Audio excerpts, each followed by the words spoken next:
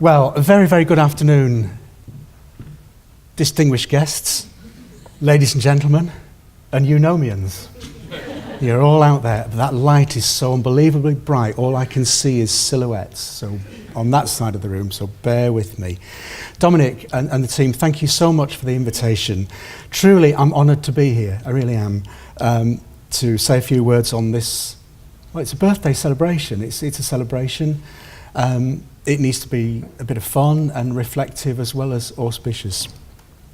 The 24th of May is, for me, a reflective day because today it would have been my mother's 80th birthday. She passed away 20 years ago, it has to be said, but and I've just said my mother when I really wanted to say my mum, because she'll always be my mum, not my mother or mum or anything like that. And you know, I do the little soft professional northern thing and start crying and all the rest of it. But it's an auspicious day. And the other reason it's auspicious is one of the things I remember about my mother's birthday, my mum's birthday, was, and there's nobody in this audience, I'm sure, old enough to remember this, but a long time ago, the 24th of May used to be celebrated as Empire Day. Remember the British Empire? Apparently we're returning back to it after Brexit. But no, the 24th of May was Empire Day and the flags were out. You know, the Union flag went up, the bunting went up, and my mum always thought that the flags went out because it was her birthday. And so it's a special day for lots and lots of reasons. Now, I'm also very honoured to be here as what I've written down in my notes as the filling between the quality sandwich of Sophie on one side and Tristram on the other. I don't know whether it's going to be jam or Marmite or whatever, but I'll do my best to fill this sandwich with a few stories and a little bit of history, because that was the brief that Dominic gave me. The theme is Eunomia, past and present. It'll be a bit whistle-stop because the time is not on our side. And what I will do is just highlight for you a few important moments and a few important reports, certainly some that I was involved in and others beyond my direct influence, that really mark out why this business is such a good business and why it's grown so well. It'll be an unashamed personal acknowledgement of the work and the impact of Eunomia, and that's all because, and Dominic's already hinted at this very strongly, for many years now we've shared, I think, very similar values, a real passion for what we do, the work that continues to drive us even now as we start to turn 50 or ish, or thereabouts. Some of us are going more silver than others. Thankfully, you've got a few touches of silver now on the side. About bloody time. But, and so why am I here? And again, he's already alluded to it. And the quote is from Dominic Hogg, "It's all your fault, Ray Georgeson." And it is partly my fault because he and I were sat, I'm pretty sure it was in a bar. I'm pretty sure it was in Brussels. Anyway, I'm making it up as I go along. And beer was certainly involved, probably Belgian beer. And he was musing about whether or not to break away and go out on his own, form his own business. And I do remember saying to him, "What's stopping you?" And I do remember him looking back at me and thinking, "Nothing's stopping me. What is stopping you from doing it?" And he did it. And now look where you are. The spark was ignited. And really that was at the time where Dominic was still with Ecotech, and he's referred to Mark, who's in the room today, also ex-Ecotech. And it's no criticism of that company at all. It was just you were at a time where you were ready to break away and branch out on your own.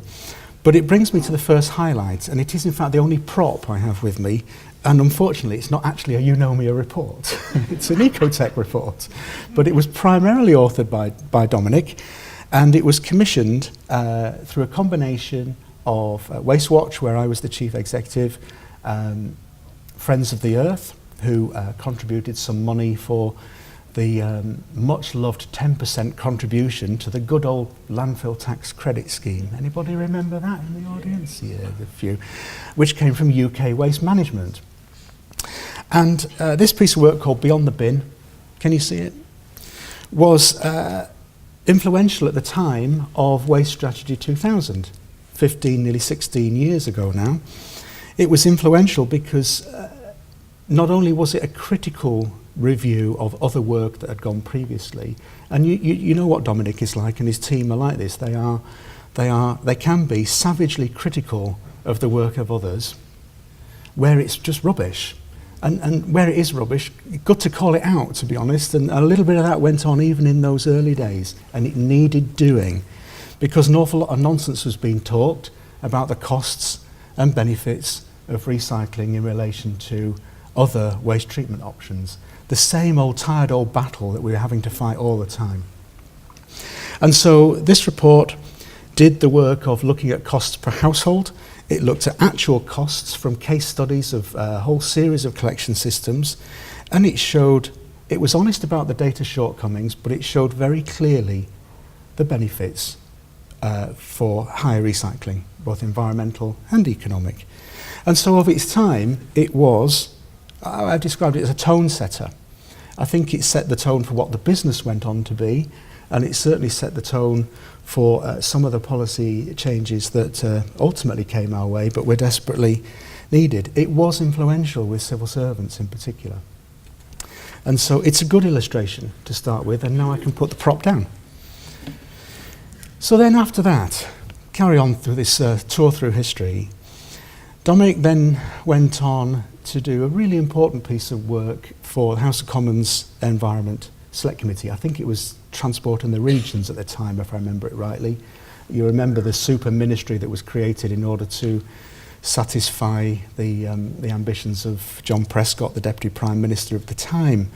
And so this huge select committee that used to have almost like kind of subcommittees and focused on the environment. And they wanted to run an inquiry on recycling, waste management.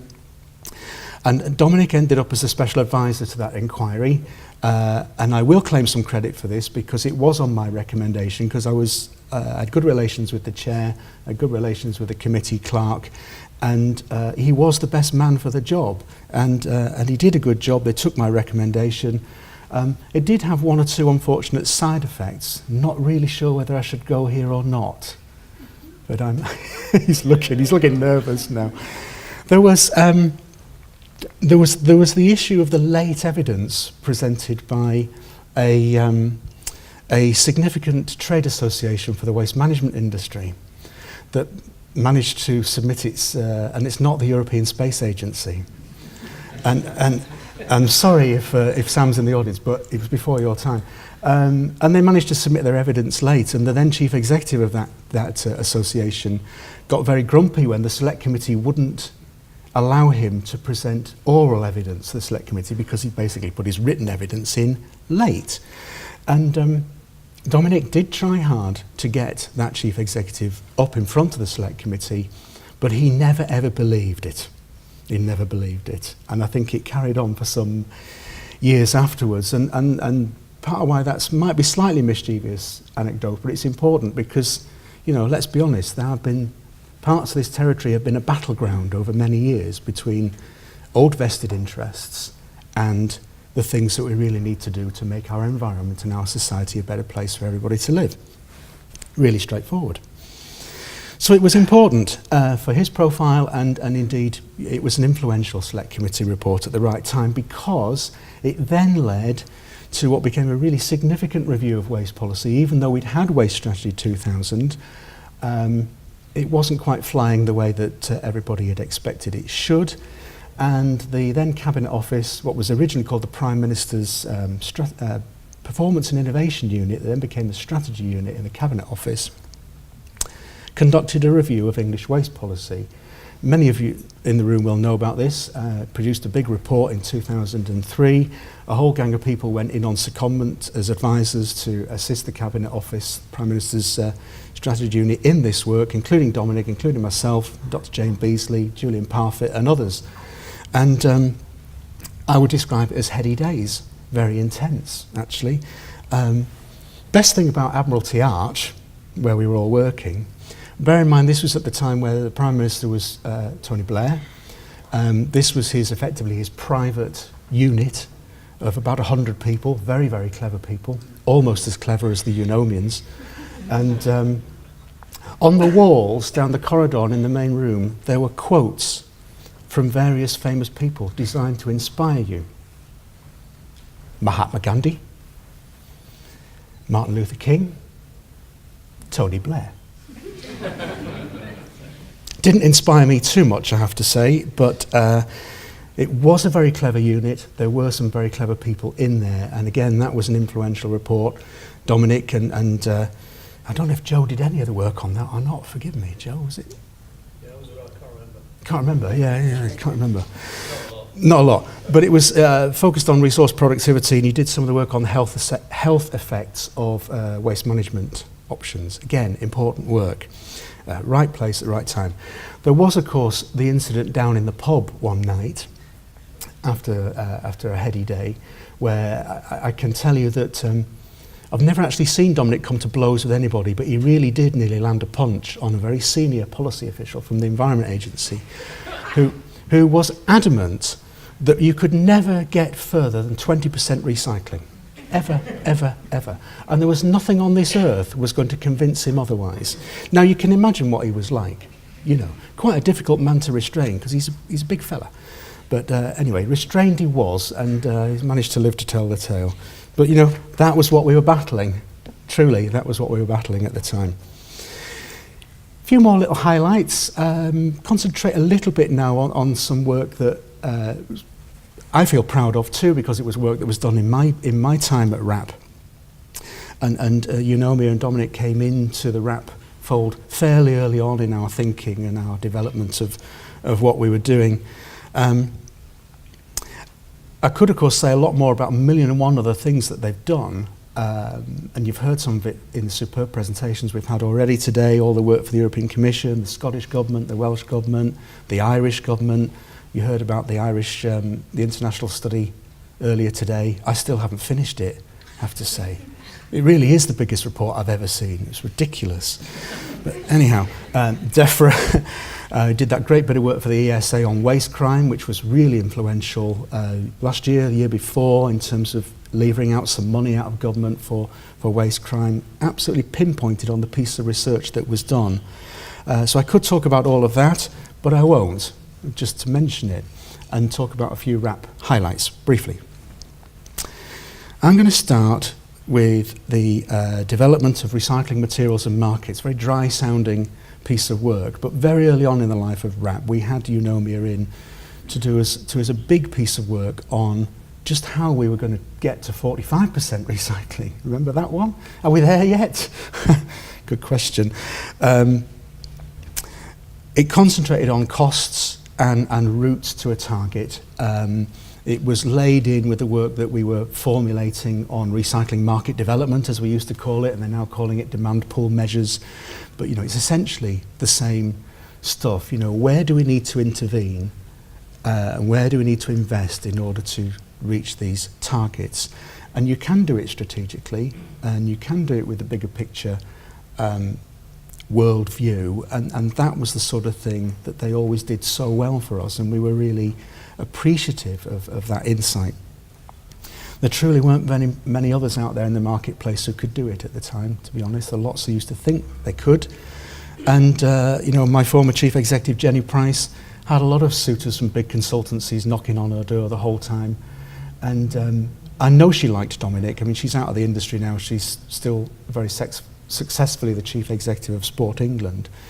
But she would say to me, "He's got a big brain." Did I ever tell you that before? Big brain, yeah, big brain. Excruciating, but Jenny liked big brains. I can't see Steve. I don't know where you are, but are you nodding, Steve Creed? Yeah, he's nodding. He's cringing, yeah, because he remembers it.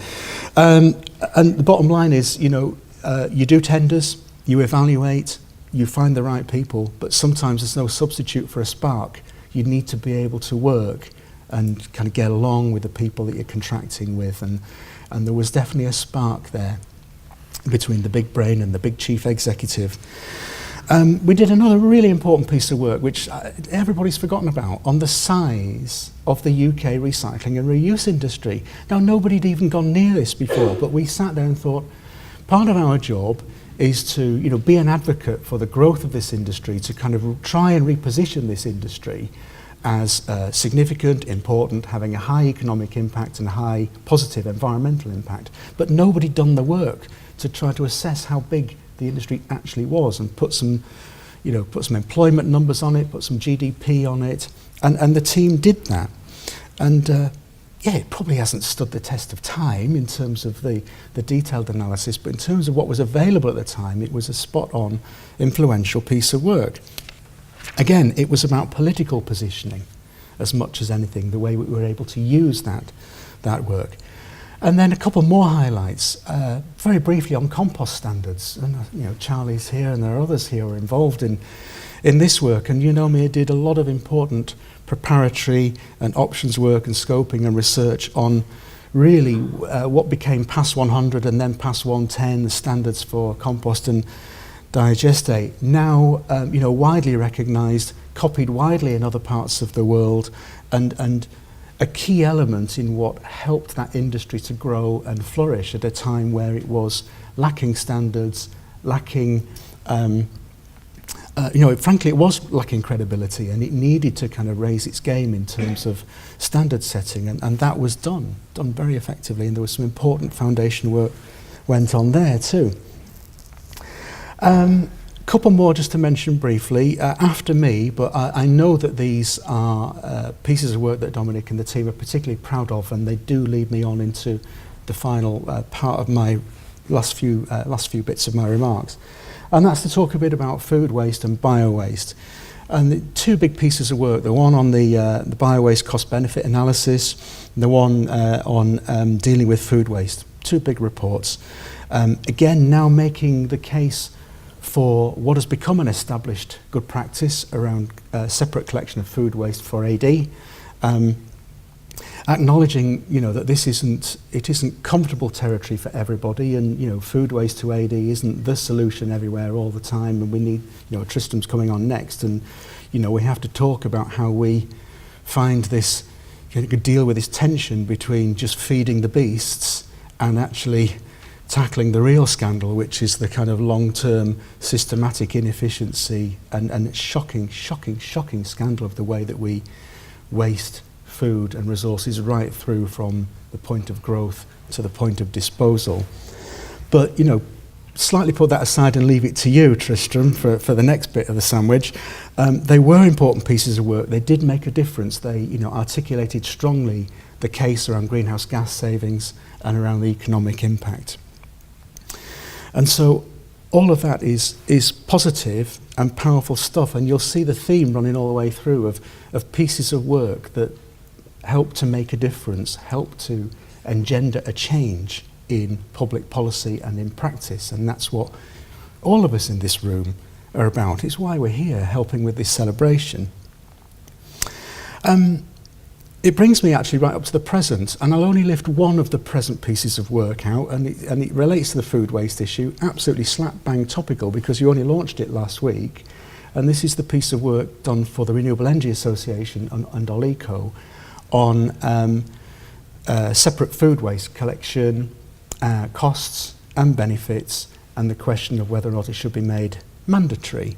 And you've quite rightly pointed out that we don't actually need new legislation to make it mandatory. We should simply implement the legal basis of the waste hierarchy correctly, and it could happen. And as ever, you've crunched the numbers. You've put a very what I would describe as a compelling piece of work out there, based on good analysis, good research, good modelling, laced with passion, like all of these documents always are, and it's for policy reform.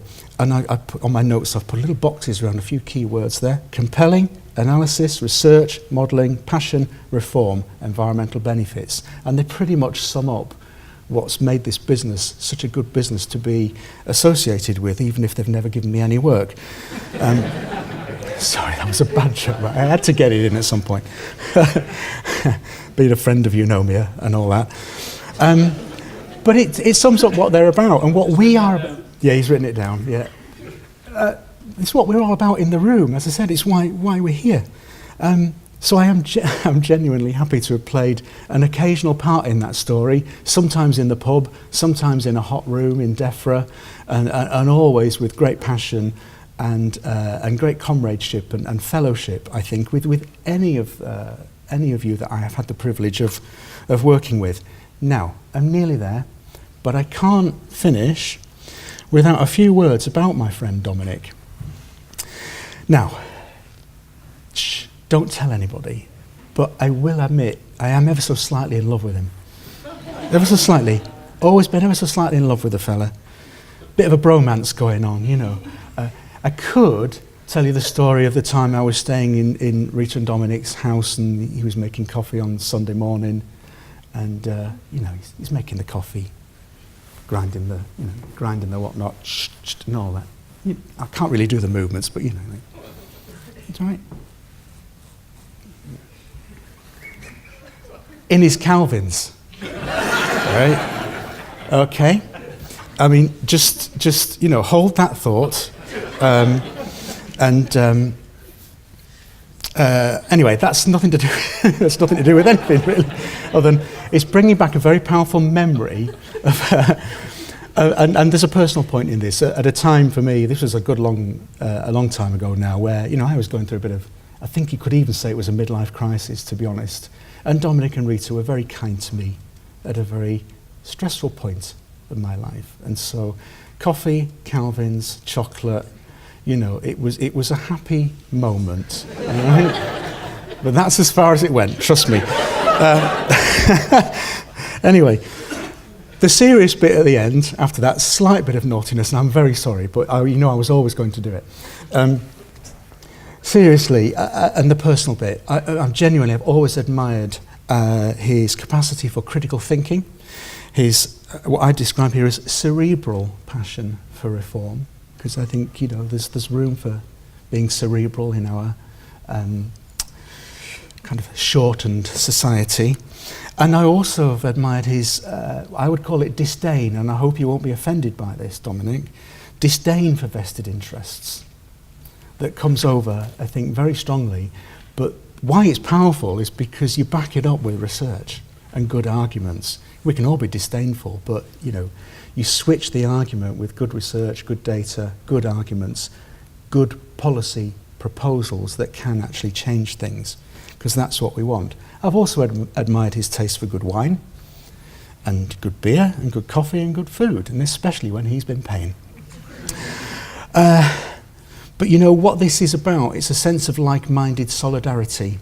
And I think, I'm sure many of us feel this in the room. That's why we're here. It's a like-minded solidarity in the face of those vested interests that are still, they're still there. Not, we aren't quite as far down the road as we really would like to be. And that policy stasis that so often frustrates us, strangles our industry sometimes and really, really gets in the way. It's no wonder we feel disdainful, and it's no wonder we feel frustrated sometimes with when you present good evidence and still the politicians and the senior folk don't make the switches that they really need to make. But we have made a difference. We have to keep going. That's the important thing. Over those years, as you've heard, there have been many breakthrough moments, breakthrough pieces of work that have genuinely made a difference.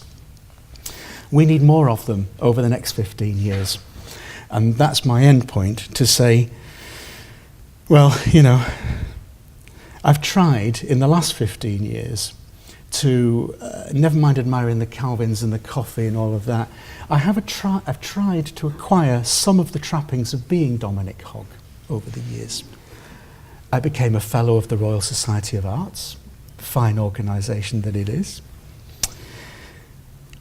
I bought, and I occasionally even ride, a Brompton bicycle. In fact, I ride it quite a lot at home. I whiz around Otley on it all the time, trust me. I just don't take it on trains very often. At one time, I even bought a Saab, but it wasn't a convertible like the one you used to. Do you still have the Saab convertible? Long gone. And I even started wearing brown shoes. I tried. But the truth is, alas to no avail, there is only, thankfully, one Dominic Hogg, one Joe Papanesky, one Mike Brown, one Eunomia, and long may it stay that way. Long may they stay absolutely paramount in the thinking and the reform that's needed in resources management. And as you've heard more broadly into marine litter and these other critical pieces of work that you are now doing, long may you stay in the vanguard of good research and genuine policy change. And I hope that we'll all be here celebrating in another 15 years' time. I certainly plan to be retiring that year. Fingers crossed, pension and all the rest of it. And you're all invited to that party because I fully intend to have my retirement party on one of the first journeys of HS2, should it ever happen, London to Leeds. So it will be a cheap party because it's probably never, ever, ever going to happen. But look, more power to your elbow for the next 15 years. Thank you very much for inviting me. Sorry I've spoken too long, but you always knew that was going to happen. Thanks.